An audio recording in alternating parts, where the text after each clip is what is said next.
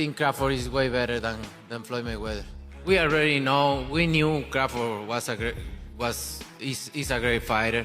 Listen, Crawford Mayweather would have been an amazing fight in their prime. Just like you insert Ray Leonard in there, just like you insert Ray Robinson in there. What a round robin that would have been. Try. You catch him, he want to catch you back. You know what I mean? You fighting Bud, he's not. Bud's not running from nobody. You know what I mean? Yeah. And that's where I felt that I had the upper hand in our competition. Canelo responded to Terence Crawford accepting Floyd Mayweather's challenge by making a bold statement. He warned that Crawford would beat Mayweather if they ever fought.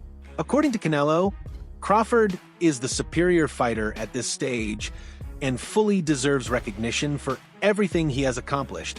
He praised Crawford's talent, timing, and overall skill, calling him an incredible champion. Canelo added that Crawford has already proved himself in multiple weight divisions and earned respect from both fans and analysts throughout the sport. I think Crawford is way better than Floyd Mayweather. We already know. We knew Crawford is a great fighter, and I did what I supposed to do, right? I tried for every way, and I trained really hard, and he deserved all the credit. No, I try my best tonight, and I just cannot figure out the style. Was it something specific, the movement or his speed or power, or what? Was there something you could put your finger on that gave you the most trouble? Everything. Okay. He have everything. You know what? Sometimes you try and your body cannot go, right? That's my frustration.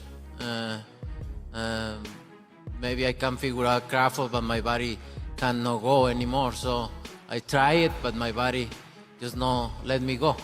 And you need to accept it. That's it. He's a great fighter. He's a good fighter. He know how to move and everything. Garage Hackett shared his thoughts on Canelo's remarks about Terence Crawford, highlighting the contrast between Canelo's defeat to Floyd Mayweather and Crawford's later success against him. Hackett explained that when Canelo fought Mayweather at just 23 years old, he was still developing as a fighter and lacked the polish and experience he has today. In comparison, Crawford met Canelo after he had already become the face of boxing and one of its most accomplished champions. According to Hackett, that context makes Crawford's win even more impressive, since it came against a seasoned and fully established version of Canelo, rather than the younger, less refined fighter who once lost to Mayweather. What I think is, when Floyd beat me, I was 23, I wasn't polished. When Bud beat me, I was the man. I was the man. And he beat me fair and square. He beat me at my game and he beat me at his game. That's why Canelo said that. Do I believe that? It's tough to believe. We're not going to ever see Bud versus Floyd. And it's crazy. It's crazy because I would love to see that fight, but I know we're not going to see it. But I can only take Canelo's word because he's the man that's been in the ring with both of them. But I understand why he said it. I was a kid when I fought Floyd. He wasn't a kid literally, but he was young. He was young. There was a lot he didn't know. There was a lot he didn't understand about boxing that he later on learned and got better. But Bud beat the better version of me, even though it's the ran down version. I'm saying that because it is some wear and tear there with Canelo. I've been saying it the whole time. When a guy got almost 70 fights in current time, with all those big camps he's been doing and all that, trust me, it's some wear and tear there. I'm not making excuses for Canelo. I'm just saying. I do give Bud his credit though for beating Canelo, and Canelo understands I am a better fighter today than I was back then. But that's hard to say because Floyd, you know what I'm saying? I feel like Bud took maybe 20% of what Floyd did and added that to his repertoire. Joe Rogan expressed his astonishment at Terence Crawford's triumph over Canelo Alvarez. He emphasized how remarkable it was for Crawford to move up 2 full weight classes at the age of 37, something rarely witnessed in boxing history. Rogan noted that no fighter at this stage of their career had ever managed to step up and defeat an opponent of Canelo's level, which made the accomplishment truly historic. In his view, it wasn't just another victory. It was a defining moment that showcased Crawford's greatness and further cemented his legacy as one of the most extraordinary athletes the sport has ever seen. Like, wow, towards the end, towards the final rounds, really started getting comfortable and really started putting it on him. I'm like, this is amazing. You know, one of those rare, like, that's history, obviously, right? Watching somebody do, you shouldn't be able to do that. You shouldn't be able to fight at that weight for the first time ever. Against one of the greatest, undisputed greatest of all time, fucking, and do what you did. It is beyond, like, my favorite, an outlier. You're beyond an outlier. You're something, you're an anomaly. Yeah. Something special. And something really special. I believe he's 37. Yeah. One of those where you shouldn't be able to do that by any account. By any account. 37, my body was so wrecked. I'm like, fuck you. You know, I could barely go. Paulie Malignaggi shared his perspective on the ongoing debate over whether Floyd Mayweather or Terence Crawford should be considered the greater fighter. He explained that conversations like these will never have a clear resolution, since each champion belongs to a different era with unique challenges and circumstances. Malignaggi pointed out that while fans and analysts find the comparison fascinating, it ultimately remains open-ended because both fighters present strong cases for greatness. He acknowledged Mayweather's undefeated record and legendary career, while also praising Crawford's success across multiple weight divisions and his victories over elite opponents. For Malignaggi, it's the debate itself that keeps boxing exciting, even if no final answer exists. 4-pounders, and it was in a young Canelo and a very tough Cotto who was punching very hard from 4 to 54. You know, remember Cotto had knocked out Delvin Rodriguez at 54. He'd still done some damage at 54, and I thought won a title at 60. Yeah, and I thought he knocked out Martinez at 60, and I thought he gave Mayweather a pretty good fight at 54. I don't know. I can't say I disagree or agree. I just think that Mayweather, because it's so far away, so long ago, you know, and people sort of start to underestimate the things he did. You know, people talk about Canelo takes his repertoire from the Mayweather repertoire. No, he doesn't. Mayweather fought ex-champions. This guy's fighting guys who will never even smell, may never smell a belt in their life, and he was fighting them. So. You know, Mayweather, even if you're saying, oh, he didn't fight the very best, he still fought champions and ex-champions, even at 47, even at 50. Timothy Bradley shared a bold take, suggesting that Terence Crawford has the tools to defeat Floyd Mayweather as well.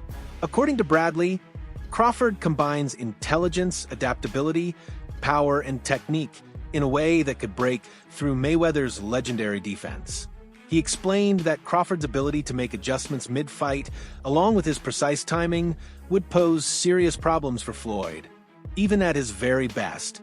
Bradley's comments reflected his deep respect for Crawford's skill set and his belief that the Omaha star belongs in the same conversation as the sport's all-time greats. For Bradley, Crawford isn't just exceptional. He has everything needed to challenge even the most untouchable fighters in boxing history. Oh, absolutely. But Terence Crawford will whoop his ass. He would beat Floyd Mayweather. I'm telling you right now, he will beat Floyd Mayweather too. He will beat him too. He got everything it takes to beat Floyd. Floyd struggled in the first half against Zab Judah. Zab Judah, a damn terrific fighter. Terrific fighter, but he ain't no damn Terence Crawford. Especially from the southpaw position. Floyd didn't like fighting southpaws. Floyd reached with that right hand. You think he's gonna reach against one of the best back foot counterpunchers in the game? He gonna reach with that right hand against Crawford? He gonna get slept reaching with that backhand. The way he reaches with that. That level change backhand he throws too? Man, that pull jab he does too, that ain't gonna work. That is not gonna work. Floyd got a 72-inch reach. Yeah, he had quickness, fast reflexes. However, Crawford got all of that too. He got all of that too. And he got a 75-inch reach. Great counterpuncher. Can concentrate all night. Can put pressure on Floyd. He can even invite Floyd in. Yep, I noticed. Floyd's not having success. He started to step on the gas. That's what he do. and he gonna run into problems with Crawford because Crawford hits harder than... Some voices in the boxing world argue that for Terence Crawford to surpass Floyd Mayweather's legacy, he would need to take on a monumental challenge against Dimitri Bivol, known for his size, skill, and dominance at light heavyweight. Bivol represents the type of test that could push Crawford's legacy to an even higher level. Critics suggest that a victory over Bivol would place Crawford above Mayweather because it would prove his ability to defeat a prime, bigger, and technically brilliant opponent. Such a triumph, they claim, would silence all doubts and solidify Crawford as one of boxing's ultimate historical figures, achieving feats beyond even what Mayweather accomplished. See Bivol, Bud, next, since Bud's so strong. That's what I said. Why you talking about 54? None of them dudes gonna get you up. If you truly beat Canelo, why not be the greatest fighter in the existence of boxing? Like, Bivol was the only dude to beat 2 undisputed active champions. Like, he beat Canelo as an undisputed champion, and he beat Better Beef as an undisputed champion. Bivol, historically, might go down as one of the greatest to ever do it. If you beat Bivol, and you beat Canelo, I mean, Crawford might have surpassed TBE in Floyd. Floyd has never beaten someone as accomplished as Bivol. And forget about accomplishments like perceived threat. Who's Bivol on Floyd's resume? Reports suggest that Terence Crawford is targeting history by attempting to become a 6-division world champion, a milestone achieved by only a select few in boxing. Already celebrated for conquering multiple weight classes and defeating top-level opponents, Crawford's drive to push even further highlights his relentless hunger to test himself at every stage. The prospect of him moving up to middleweight has sparked major excitement in the boxing world, as it would mean stepping into the 160-pound division against naturally bigger and stronger fighters. And Terence Crawford and his team stated that if he does stay in the sport of boxing and he does move down, he's not going to drop down below 160. And so it's being reported that Terence Crawford wants to become a 6-division champion. And a guy that he had his sights set on is now calling him out aggressively and daring him to come down and fight him. And that's Janibek, who is seen to be the best 160-pounder in the world. And he's the unified IBF and WBO 160 middleweight world champion. The middleweight division, 160, is a glamour division. There's the top 3 glamour divisions in the sport of boxing is welterweight, 147. Terence Crawford knocked out every opponent he faced at welterweight.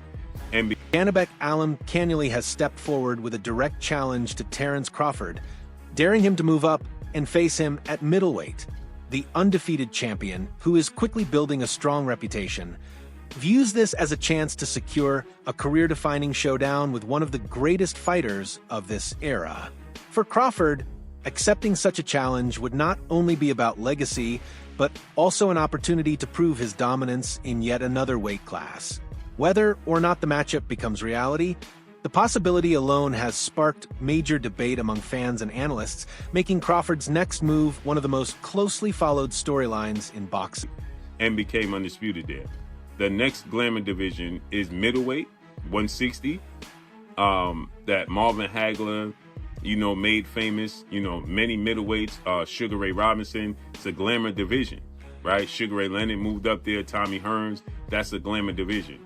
And obviously, the division that carries the sport of boxing when it's on top is the heavyweight division. Then you can make a case for the lightweight division, so on and so forth, right? I would say the lightweight division is number 4. So Terence Crawford became a champion at lightweight, right? So with that said, you have Janibek, who's seen as the best fighter there. He's the IBF WBO champion. An analyst reflected on the story of Miguel Silky Smooth Gonzalez, the last man to defeat Terence Crawford back in the amateur ranks. He explained that beating Crawford today would demand extraordinary preparation and skill, similar to the way fighters once approached Floyd Mayweather in his prime. The analyst emphasized that Crawford has evolved into one of the sharpest fighters in the sport, blending defensive awareness with pinpoint offensive precision. Much like Mayweather's style once frustrated opponents for years, Crawford now carries that same aura of near invincibility. His ability to adapt, avoid damage, and land with accuracy makes him the kind of fighter rivals know they must prepare endlessly for just to have a chance. I agree with Augie.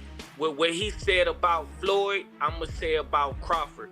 You got to punch with Crawford. You got to counter Crawford and punch with Crawford. You gotta bang the body with Crawford. You gotta stay on top of Crawford. You know what I mean? Fight him in that phone booth if you can. I mean, as I remember, that's exactly what I did. You know, Crawford, he switches and all that. I don't get that. I don't get out my hookup with all the switching he does. But what tripped me out was he got low in the ring. Like, he kind of like cut his height down. I had a field day with that. He should have stayed tall. You know, he cut his height down, and you know, I stayed in his chest. You know, and you gotta counter Crawford. You gotta fight Crawford.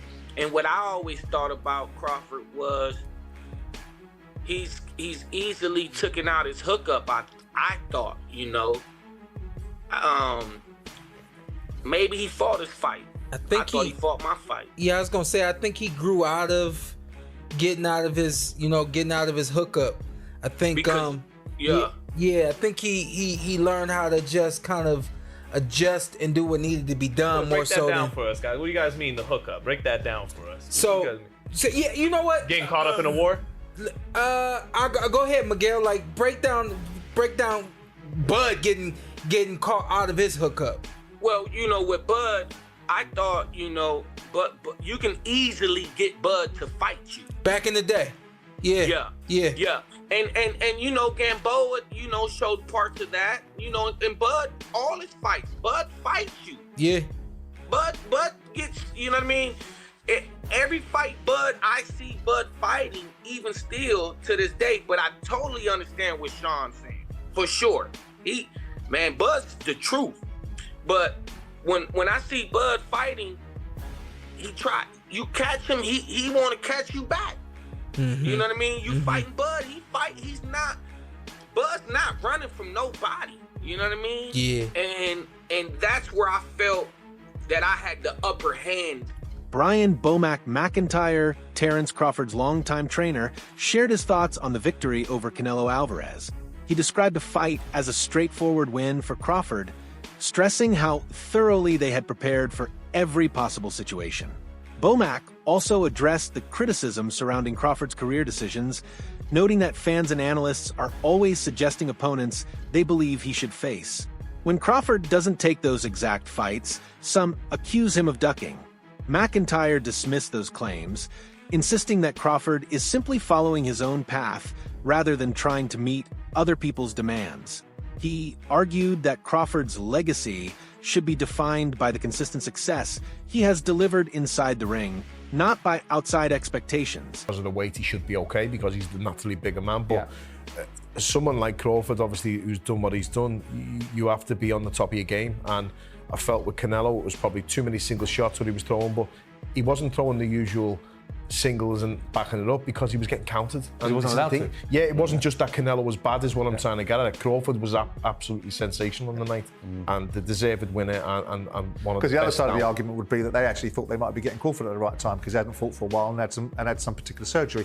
I mean, did it go, as I said to you at the top of the show, Bomac, I mean, I watched you in the corner and I thought it was a exercise in how a corner should be conducted in terms of the communication, the coherency of it, and the discipline behind who spoke, when they spoke, what they said, and what needed to be heard.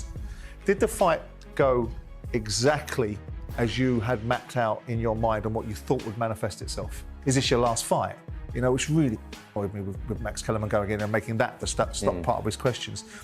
Do you think, Bomac, that he gets the recognition and the appreciation that his achievements merit?